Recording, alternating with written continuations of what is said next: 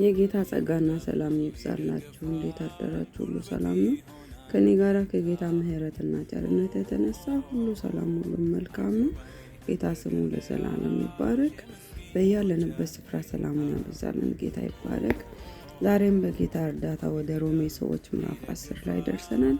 ጌታ ስሙ ለዘላለም ይባረክ። ሸርና ኮፒ ልክ አድርጉ። ተባረኩ። በክርስቶስ ኢየሱስም አነባለሁ። ወንድሞች ሆይ የልቤ በጎ ፈቃድና ስለ እስራኤል ወደ እግዚአብሔር ልመና እንዲድኑ ነው። በእውቀት አይቅኑ እንጂ ለእግዚአብሔር እንዲቀኑ እመሰክርላቸዋለሁና።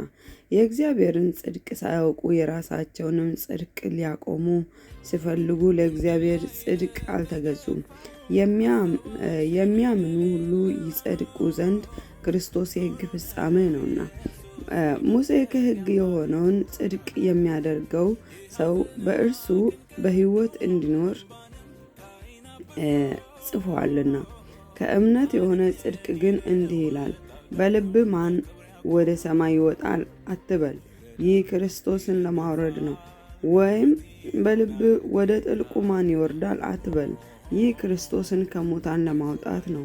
ነገር ግን ምን ይላል? በልብህም ሆነ ቃሉ ቀርቦልሃል። ይህም የምንሰብከው የእምነት ቃል ነው። ኢየሱስ ጌታ እንደሆነ በአፍህ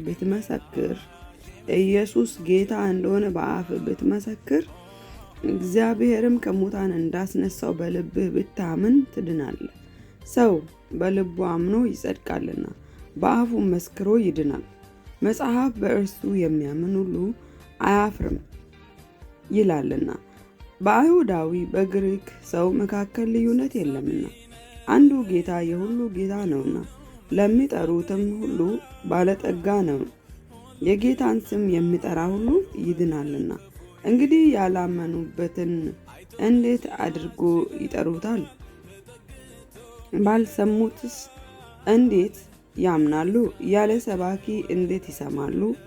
መልካሙን የምስራች የሚያወሩ እግሮቻቸው እንዴት ያማሩ ናቸው ተብሎ እንደተጻፈ ካልተላኩ እንዴት ይሰብካሉ? ነገር ግን ሁሉ ለምስራቹ ቃል አልታዘዙም። ኢሳይያስስ ጌታ ሆይ ምስክርነታችን ማን አመነ ብሏልና። እንግዲያስ እምነት ከመስማት ነው፣ መስማትም በእግዚአብሔር ቃል ነው። ዳሩ ግን ባይሰሙ ነው ወይ እላለሁ። በእውነት ድምፃቸው በምድር ሁሉ ላይ ቃላቸውም እስከ ዓለም ዳርቻ ወጣ። ነገር ግን እስራኤል ባያውቁ ነውን ወይ እላለሁ። ሙሴ አስቀድሞ እኔ ሕዝብ በማይሆነው አስቀናቸዋለሁ፣ በማያስተውሉም ሕዝብ አስቆጣቸዋለሁ ብሏልና። ኢሳይያስም ደፍሮ ላልፈለጉኝ ተገኘሁ፣ ላልጠየቁኝ ተገለጥኩ አለ። ስለ እስራኤል ግን ቀኑን ሁሉ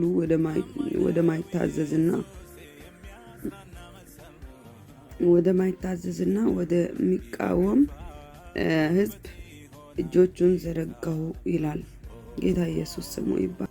ሮሜ 10ኛው ምዕራፍ በጣም አጭር ናት፣ እንዲሁ ደግሞ ጠንካራ ቃል ያለባት ያው ሁሉም ቃል ጠንካራ ነው። ግን ጠንካራ የሚያደርገው እንዴት እንደዚህ ልትይቻልሽ ካላችሁ ሰው እንዴት መዳን እንዳለበት እዚህ ስፍራ ላይ ያስረዳል።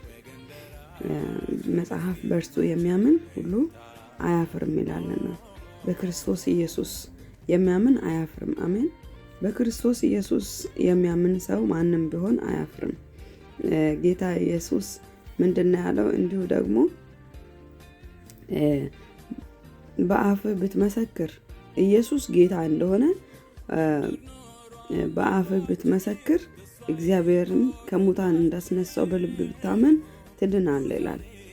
በማመን ሁለተኛው ደግሞ ምንድነው? በመመስከር ክርስቶስ ኢየሱስ ከሙታን እንደተነሳ እንደሞተ እንዲሁ ደግሞ ከሙታን እንደተነሳ ስለኛ በደል ስለኛ መተላለፍ እንደተሰቀለ ካመነን በአፋችንም ደግሞ ከመሰከረን እንድናለን እና እግዚአብሔር ስሙ ለዘላለም ይባረክ። ምክንያቱም በጸጋ እንዲሁ ያዳነን ጌታ ይባረክ። እንዲሁ ደግሞ መታዘዝ ያለብን ነገሮችም እንዳሉ ለሌሎቹ ይሄንን ወንጌል መስበክ እንዳለብን እንዲሁ ደግሞ በጨለማ ውስጥ ያሉት ወደ ብርሃን እንዲመጡ እነሱ ደግሞ መስማት እንዳለባቸውም እዚህ ስፍራ ላይ ያስረዳል። እዚህ ስፍራ ላይ እንደዚህ ይላል፣ ባልሰሙት እንዴት ያምናሉ?